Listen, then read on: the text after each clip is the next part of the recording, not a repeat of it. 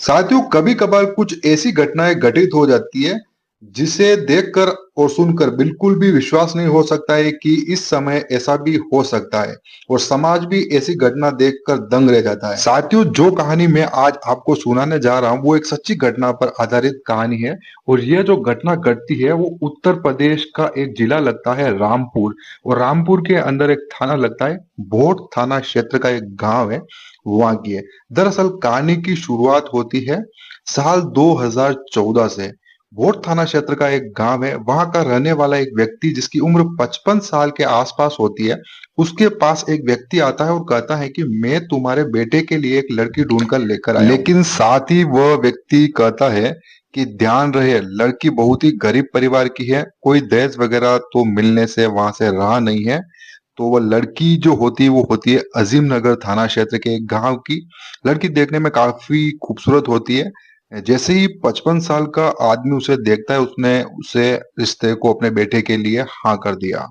और आखिरकार ये रिश्ता तय हो जाता है और वह व्यक्ति जो 55 साल का था वो उसके बेटे के ससुराल आया जाया करता था।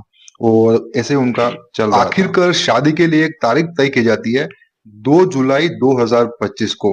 और इस दिन तय होता है कि इस दिन जो है दोनों की शादी हो जाएगी। लेकिन इस शादी की तारीख के 8 दिन पहले ही लड़के का पिता जो 55 साल का व्यक्ति होता है वो उस लड़के के ससुराल पहुंच जाता है। और वहां जाने के बाद उन लोगों को बोलता है कि आप लोगों से मेरी शिकायत है कि आप मेरे बेटे की जो मंगेतर है वो बीमार है और आप उसका इलाज नहीं करवा रहे। तो वो लोग बोलते हैं कि क्या करें साहब, हम गरीब लोग हैं और हमें पता नहीं चल रहा है कि क्या करें न क्या ना करें। तब वह कहता है कि आप रुकिए, मैं इसका अच्छे से अच्छा डॉक्टर को इलाज कराऊंगा। ये कहकर वो उसको अपनी कार में लेकर वहां से चला जाता है। इस बीच लगभग 4 से 5 घंटे का टाइम चला जाता है और जब लड़की शाम तक वापस घर पे लौट कर नहीं आती है तो लड़की के पिताजी परेशान हो जाते हैं। और वो लड़के के पिताजी को फोन करते हैं कि आप मेरी बेटी को लेकर गए हैं, सब कुछ खैरियत तो है, आपका कॉल नहीं आया इसलिए मैं वापस आपको कॉल करके पूछ रहा हूँ। तब लड़के के पिताजी उनको जवाब देते हैं कि आपकी लड़की काफी ज्यादा बीमार है, इसको 2 दिन हॉस्पिटल में रखना पड़ेगा, तो आप लोग मेहरबानी करके कॉल करके परेशान ना करें। जब ये बात लड़की के पिताजी को पता चलती है तो वो भी इस बात को समझते हैं कि वो सही बोल रहे हैं, तो वो भी 2-3 दिन उनको कॉल नहीं करते और बिल्कुल परेशान नहीं करते हैं। लेकिन जब काफी ज्यादा 5 से 6 दिन का वक्त गुजर जाता है तो लड़की के पिताजी फिर से उनको कॉल करने की कोशिश करते हैं, लेकिन उनका संपर्क लड़के के पिताजी से नहीं हो पाता है। इस बीच लड़के के पिताजी अपनी होने वाली मंगेतर को अपने गांव लेकर चले जाते हैं।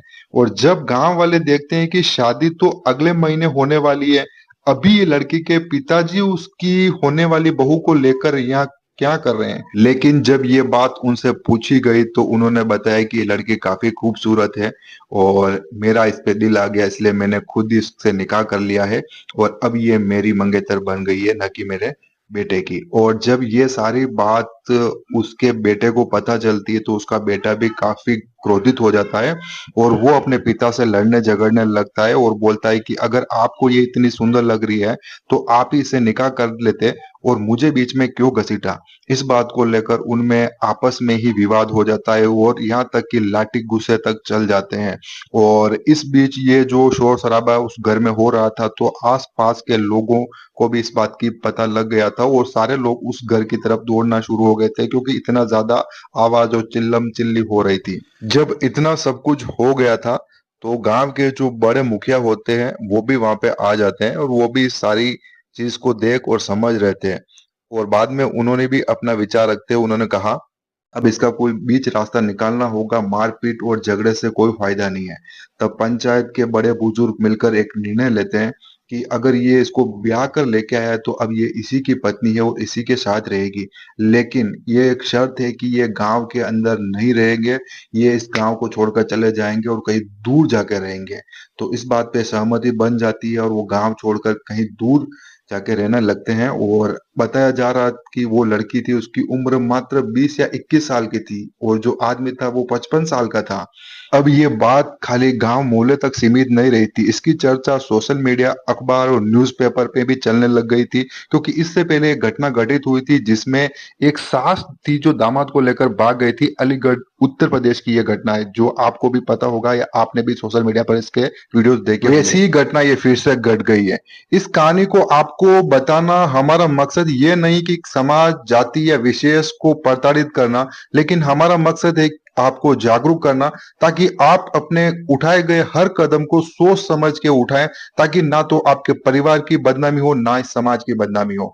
और मैं इस चैनल पर इसी सच्ची घटनाओं पर आधारित कहानियां लाता रहूंगा। आपके सपोर्ट की मुझे जरूरत है, तो वीडियो को लाइक और चैनल को सब्सक्राइब कर देना, ताकि मेरे आने वाले वीडियो आपको सबसे पहले इसी चैनल पर मिल जाएंगे। तो वीडियो को लाइक और चैनल को जरूर सब्सक्राइब कर दीजिएगा। अब मैं मिलता हूँ नए वीडियो में, तब तक के लिए जय हिंद, वंदे मातरम, जय भारत।